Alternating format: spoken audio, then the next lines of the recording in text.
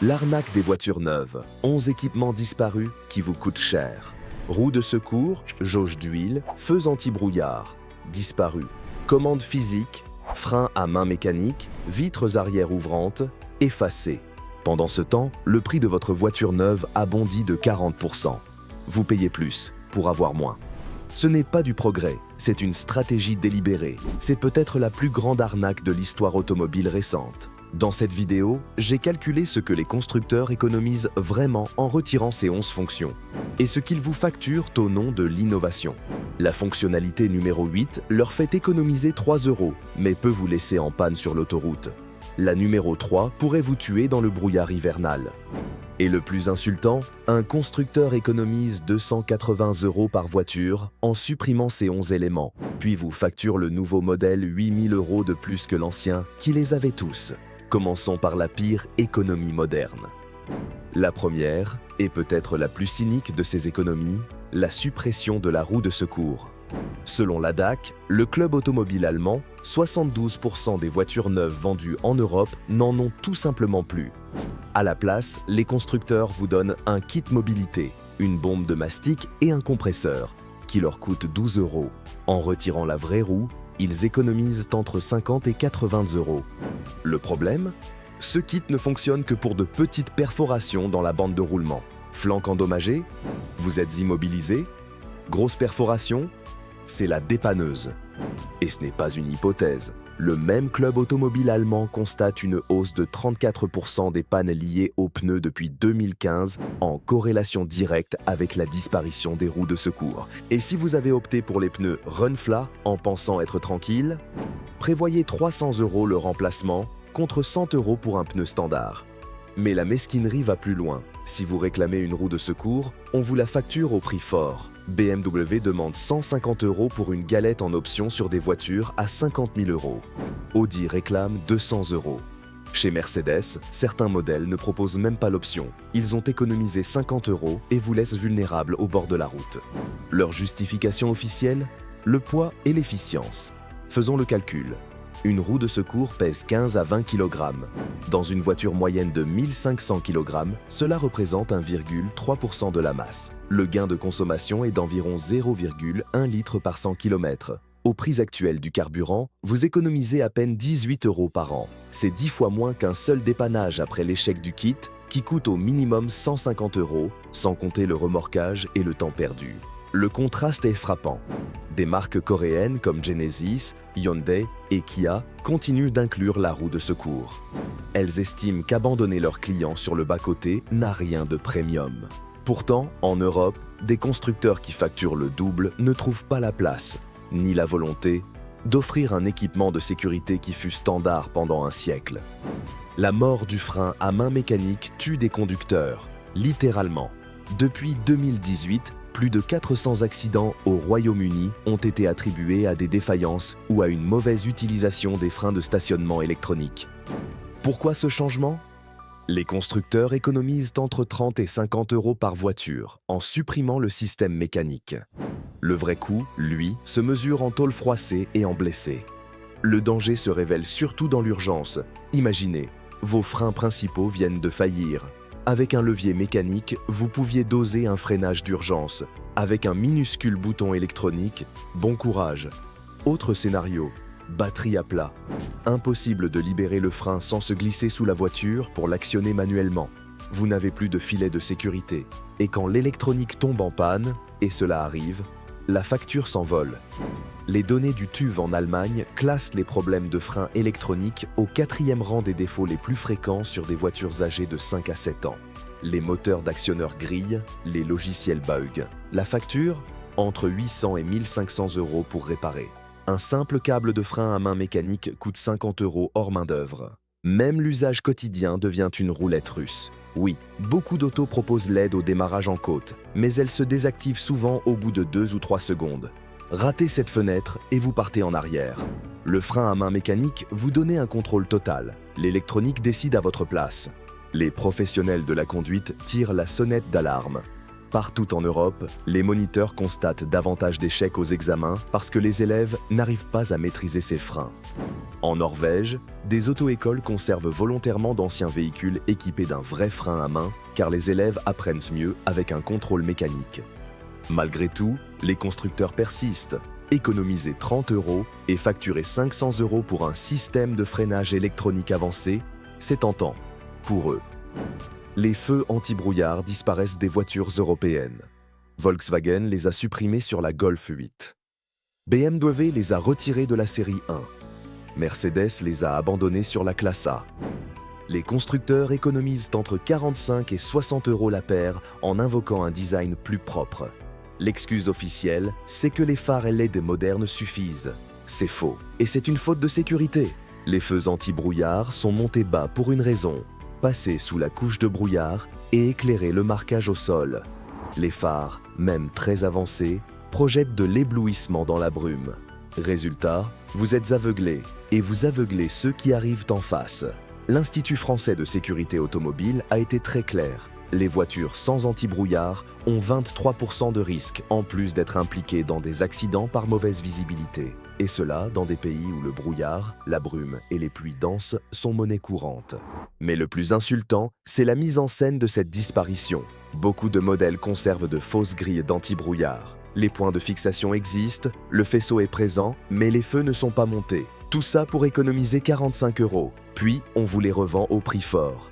Volkswagen propose des anti-brouillard LED en option à 450 € sur des voitures qui devraient les avoir de série.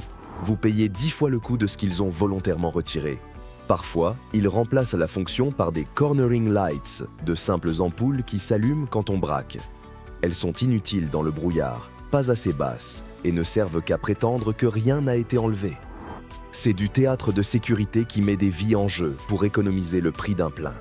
La guerre contre les boutons physiques est la mesure d'économie la plus dangereuse de l'auto moderne. Régler la climatisation sur un écran tactile prend jusqu'à 5 fois plus de temps que sur de vrais boutons. 5 fois plus de secondes pendant lesquelles vos yeux quittent la route. Une étude de l'Université de l'Utah a mesuré que les interactions avec ces écrans augmentent le risque d'accident par 4,6. Alors, pourquoi cette régression d'usage? L'économie. En remplaçant des dizaines de commandes par un seul écran, les constructeurs économisent environ 200 à 300 € par voiture. Le calcul est simple. Un bouton physique coûte entre 2 et 5 € pièce. Une voiture en embarquait 30 à 40, soit environ 150 € au total. Un écran central qui pilote tout coûte 50 à 100 € en matériel. Et le logiciel, développé une seule fois, est répliqué à l'infini.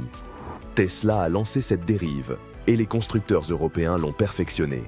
La Volkswagen ID.3 n'a même pas de commande de vitre à l'arrière. Les passagers doivent passer par les commandes du conducteur. Sur la Golf 8, les touches tactiles du volant s'activent parfois au simple fait de tourner. Chez Mercedes, l'interface MBUX exige 3 niveaux de menu pour activer un simple chauffage de siège. Les conducteurs ne s'y trompent pas. Une étude suédoise montre que 73% d'entre eux préfèrent des commandes physiques pour les fonctions courantes. Les plaintes liées aux interfaces toutes tactiles ont bondi de 450% depuis 2019. Au bilan, ils économisent 200 € et transforment une voiture à 60 000 € en une expérience plus dangereuse et moins intuitive qu'une Dacia à 15 000 € dotée de vrais boutons. Malgré cela, les constructeurs persistent, parce que 200 € gagnés par voiture, à l'échelle d'une gamme, se comptent en millions, et que le marketing vend l'écran comme premium et futuriste, même lorsqu'il dégrade la sécurité. Souvenez-vous quand les passagers arrière pouvaient avoir de l'air frais sans transformer l'habitacle en tempête. Ces petites vitres triangulaires qui se déboîtaient, les vitres de custode, ont quasiment disparu des voitures européennes. La raison? Une économie ridicule, 12 à 20 € économisés par vitre. Pour les usagers, c'est une vraie perte de confort au quotidien. Ces petites ouvertures offraient une aération parfaite. On les entrouvrait et l'air traversait la voiture sans le martèlement assourdissant des vitres principales. Les parents pouvaient donner un filet d'air aux enfants sans inquiétude. Les fumeurs évacuèrent la fumée sans glacer tout le monde. Les chiens profitaient de l'air sans risque de sortir. BMW a supprimé ses vitres sur la série 3 dès 2012. Mercedes a suivi sur la classe C en 2014. Aujourd'hui, elles sont presque éteintes en dehors des utilitaires, où l'aspect pratique prime encore. L'argument « la climatisation est meilleure » ne tient pas une seconde. Quiconque est resté coincé dans la circulation un jour doux sait qu'on veut parfois simplement de l'air frais, pas de l'air conditionné. L'argument aérodynamique n'est pas plus solide. Oui, des vitres entrebâillées augmentent le CX, le coefficient de traînée, d'environ 0,002. L'impact sur la consommation est indétectable dans la vraie vie. Vous économiseriez plus d'essence en retirant un tapis de sol. Le plus ironique, c'est que cette fonctionnalité ne coûtait plus rien à développer. Elle existait déjà. Pourtant, elle a été sacrifiée pour grappiller quelques euros. Les marques japonaises ont résisté plus longtemps. Le Honda CR-V en proposait jusqu'en 2017. Le Toyota Land Cruiser les offre encore sur certains marchés. Eux savent que les petites commodités valent mieux que 12 € économisés en usine. Pendant ce temps, en Europe, on a parfois l'impression qu'ils retireraient même les poignées de porte s'ils trouvaient comment vous les refacturer. Le basculement de la direction hydraulique vers l'électrique a ruiné le ressenti de conduite dans presque toute l'industrie. Avec l'hydraulique, le retour d'information était naturel. On sentait le revêtement, on lisait l'adhérence, on savait ce que faisaient les roues avant. L'électrique, elle, fonctionne comme une manette de jeu avec un feedback artificiel programmé par des ingénieurs. Résultat, une direction anesthésiée qui transforme chaque voiture en électroménager. On nous promet environ 3% de mieux en consommation, mais on sacrifie le lien vital entre le conducteur et la route. BMW, autrefois réputée pour son steering feel, ressenti de direction, a basculé la série 3 en 2012. Ce fut un tollé chez les passionnés. Les forums étaient en feu. La marque a même dû ajouter un faux ressenti via logiciel, littéralement un retour programmé parce que le vrai n'existait plus. C'est comme remplacer une guitare par un synthétiseur et s'étonner que les musiciens se plaignent. Porsche a résisté plus longtemps, conservant l'hydraulique sur la 911 GT3 jusqu'en 2016 avant de céder. Même avec l'un des meilleurs systèmes électriques du marché, les essais ont été unanimes, c'était moins bien. Les ingénieurs de la marque ont reconnu que l'hydraulique restait supérieure, tout en invoquant les contraintes d'efficience. Ces 3% de gains ont effacé 50 ans d'évolution du ressenti de direction. Et les implications en sécurité sont sérieuses. Des pilotes et conducteurs professionnels rapportent une confiance réduite en manœuvre d'urgence, car ils ne lisent plus ce qui se passe aux pneus. On ne sait pas qu'on perd de l'adhérence. Jusqu'à ce qu'on l'ait perdu. Tout ça parce qu'économiser 100 € par voiture et 0,1 litre par 100 km pèse davantage que le lien conducteur-route. La fin des moteurs atmosphériques est l'une des plus grandes catastrophes de fiabilité de l'histoire automobile. En remplaçant des blocs 2 litres robustes par des 1 litre 3 cylindres turbo, les constructeurs ont créé des mécaniques sursollicitées, qui s'abîment plus vite. Les exemples s'accumulent. Le 1.2. PureTech de Peugeot Citroën use prématurément ses courroies de distribution, au point de devenir un scandale. Le 1.0 EcoBoost de Ford a révolutionné les retours en garantie. Fuite de liquide de refroidissement, turbo surchauffé, certains moteurs ont rendu l'âme des 30 000 km. Chez Volkswagen, le 1.5 TSI souffre d'à-coups chroniques, le kangaroing, que la marque peine à résoudre. Ce ne sont pas des cas isolés, c'est la logique du downsizing. Un 2 litres atmosphérique pouvait parcourir 300 000 km. Les 1 litre turbo actuels peinent à dépasser 150 000 km. La raison est simple, un turbo tourne à 200 000 tours par minute sous 1000 degrés Celsius. Ce sont des contraintes extrêmes. Et lorsqu'il casse, ce qui finit par arriver, la facture s'étale entre 2 000 et 4 000 €. Tout ça pourquoi ?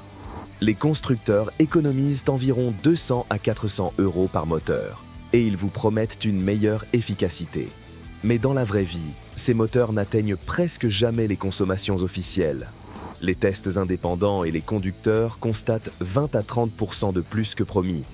Tout simplement parce qu'il faut cravacher ces petits blocs pour qu'ils avancent. Pendant ce temps, Mazda refuse cette fuite en avant. Leurs moteurs Skyactiv restent atmosphériques, au nom de la fiabilité et de l'efficience réelle. Un 2 litres Skyactiv durera plus longtemps que n'importe quel 1 litre turbo, tout en offrant une consommation crédible au quotidien. Parmi toutes les coupes budgétaires, c'est peut-être la plus arrogante. Retirer la jauge d'huile pour économiser 3 €. À la place d'une tige métallique fiable, vérifiable en 10 secondes, Les constructeurs imposent un capteur qui affiche son verdict sur l'écran central. BMW a lancé cette mode dès 2006. Depuis, Mercedes, Audi et d'autres ont suivi. Sur le papier, c'est moderne. Dans la vraie vie, c'est vous priver de la vérification la plus basique de la santé du moteur. Un capteur n'est pas infaillible. Il se contamine, il se dérègle, il ment. Et quand il tombe en panne, vous n'avez aucun filet. Beaucoup de systèmes ne donnent même pas un niveau précis, seulement OK ou ajouter de l'huile.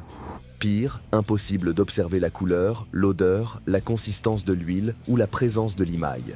Autrement dit, vous ne lisez plus l'état de votre moteur, vous faites confiance à un composant électronique qui, lorsqu'il faut le remplacer, vous coûtera 400 €. Les professionnels s'en plaignent autant que les passionnés. Sans jauge, un mécanicien ne peut plus réaliser ses contrôles de bon sens. Comme me l'a dit un mécanicien allemand, je peux diagnostiquer de nombreux problèmes grâce à l'état, la couleur, l'odeur et la consistance de l'huile. Les capteurs électroniques ne me disent rien, sauf ce pourquoi ils sont programmés. L'argument officiel, les clients ne vérifient jamais leur huile, est à la fois condescendant et faux. Les conducteurs responsables contrôlent, surtout avant un long trajet. En supprimant la jauge, on ne gagne rien de tangible pour l'utilisateur. On le rend dépendant du réseau et on l'empêche d'anticiper des problèmes qui, détectés tôt, coûtent peu, mais qui, détectés tard, cassent des moteurs. Souvenez-vous quand certains toits s'ouvraient vraiment. Aujourd'hui, on vous vend des toits panoramiques en verre qui ne s'ouvrent pas, coûtent plus cher et transforment l'habitacle en serre. Pour le constructeur, l'économie est nette, entre 200 et 400 € gagnés sur les mécanismes. Un vrai toit ouvrant coulissant revient autour de 600 € à installer en usine. Un panoramique fixe, c'est environ 200 € de verre et de joints. Et pourtant, on vous facture cette vitre fixe 1500 € au nom de la sensation d'espace. Dans la réalité, vous récupérez 30 à 50 kg tout en haut de la voiture, exactement là où il ne faut pas, ce qui dégrade le centre de gravité. L'été, l'habitacle monte en température. La petite toile coulissante incluse coupe la lumière, pas la chaleur. Les mesures en conditions réelles montrent que la climatisation tourne jusqu'à 40% de plus pour maintenir la température. L'hiver, c'est l'inverse. La surface vitrée perd davantage de chaleur, donc plus de chauffage, plus de consommation. Les exemples abondent. Le toit panoramique de la Peugeot 308 ne s'ouvre pas. Idem sur la Tesla Model 3 ou le Volkswagen ID4. Vous vous retrouvez avec une grande fenêtre qui ne s'ouvre pas, au prix d'une option haut de gamme. Côté sécurité, un toit vitré géant réduit la rigidité structurelle par rapport à une tôle continue en cas de tonneau. Certains se sont même fissurés sous l'effet de contraintes thermiques. On vous présente l'ensemble comme une avancée premium, alors qu'il coûte moins cher à produire qu'un toit ouvrant et qu'il fait objectivement régresser l'usage au quotidien. La course au moins-10 dans la qualité intérieure est sidérante. Regardez la Mercedes Classe A, une planche de bord qui fait cuire en photo mais n'est qu'un plastique moulé texturé. Les inserts aluminium, du plastique peint. Les surfaces noires piano se rayent au moindre effleurement.